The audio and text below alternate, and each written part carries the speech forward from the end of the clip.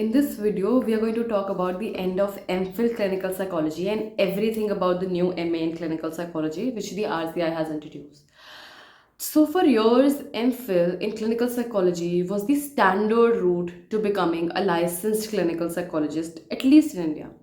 But now it's gone, and from the academic session 2025 to 2026, the new recognized way to get a RCI license will be through the new MA in Clinical Psychology. So, what exactly has changed, and what does that mean to you? Is something that we are going to explore in the video. I know so many students who were preparing for M.Phil, hoping to get into one of the limited seats, and suddenly this major change was announced. And I personally feel that while this change has some benefits, it also brings a lot of uncertainty. And that's why I want to break this down in detail so that by the end of this video, you have a complete clarity on what's happening.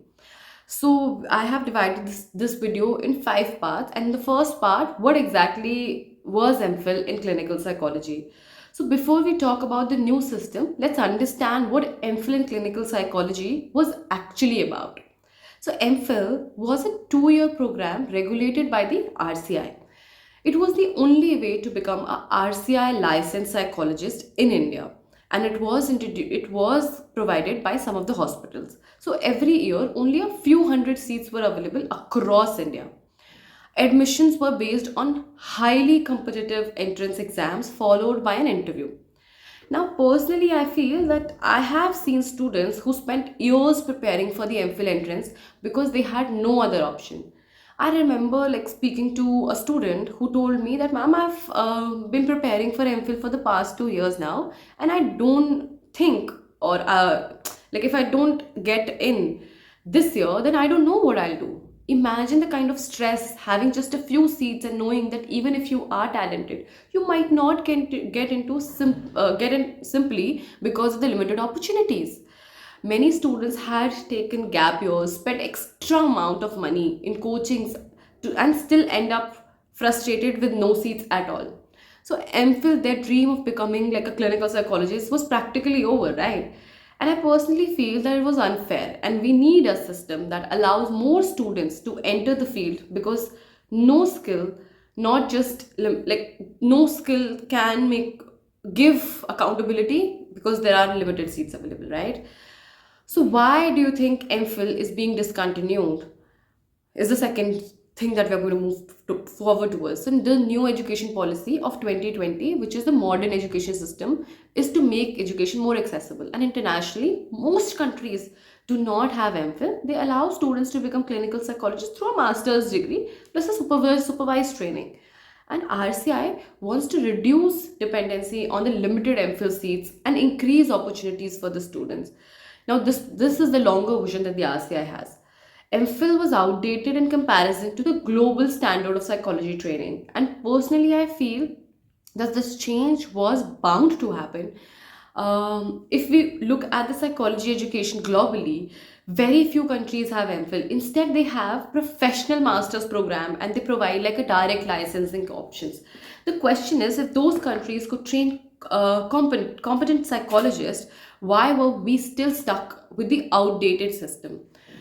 Now that's like a beautiful question to reflect on. And I remember like a conversation that happened with one of the students last year, and she was like so disheartened because she had completed her masters with great marks, but because of MPhil structure, she was stuck waiting for an entrance and she wasn't sure she would clear it.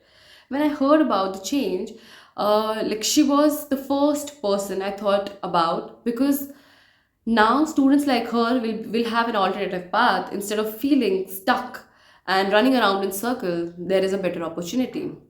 What is the new MA in clinical psychology that the RCI has introduced? So now let's talk about the new system replacing MPhil.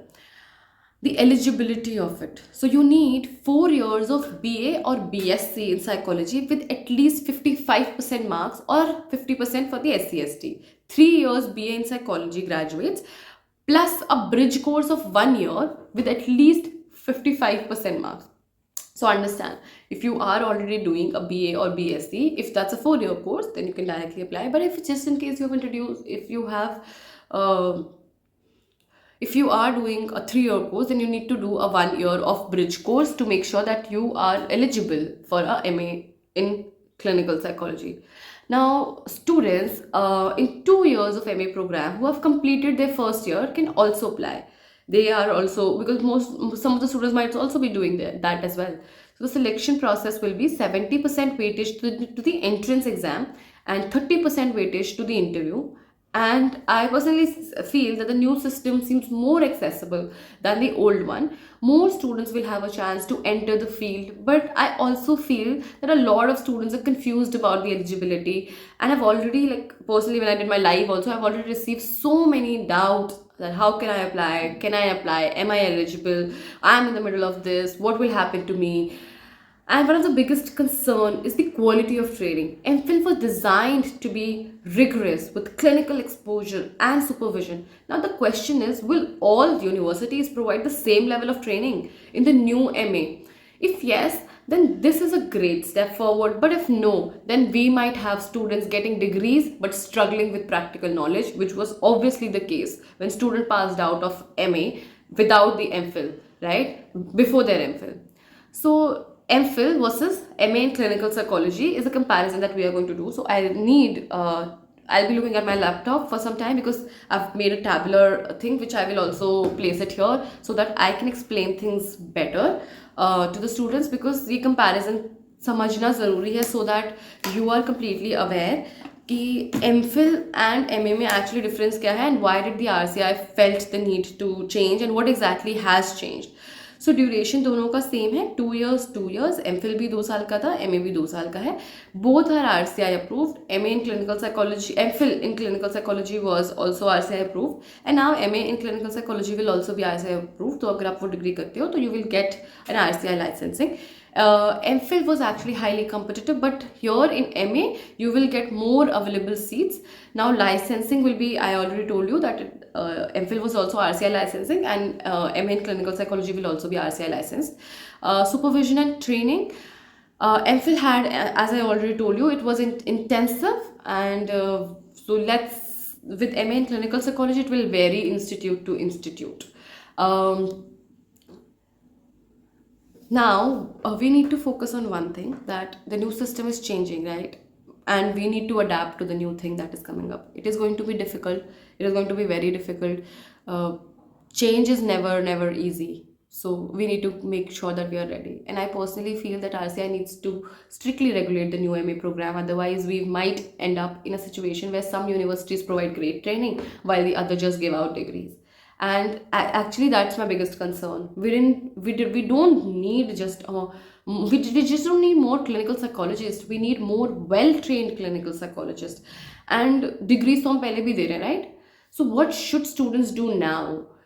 So if you are in BA or BSc, keep a very open eye on the bridge courses of 1 year. And if you have completed your first year in masters, you are eligible. So start preparing for the entrance and the interviews. Stay updated on the RCI official announcements, and make sure that you also, if you feel right, then you can subscribe to my channel as well.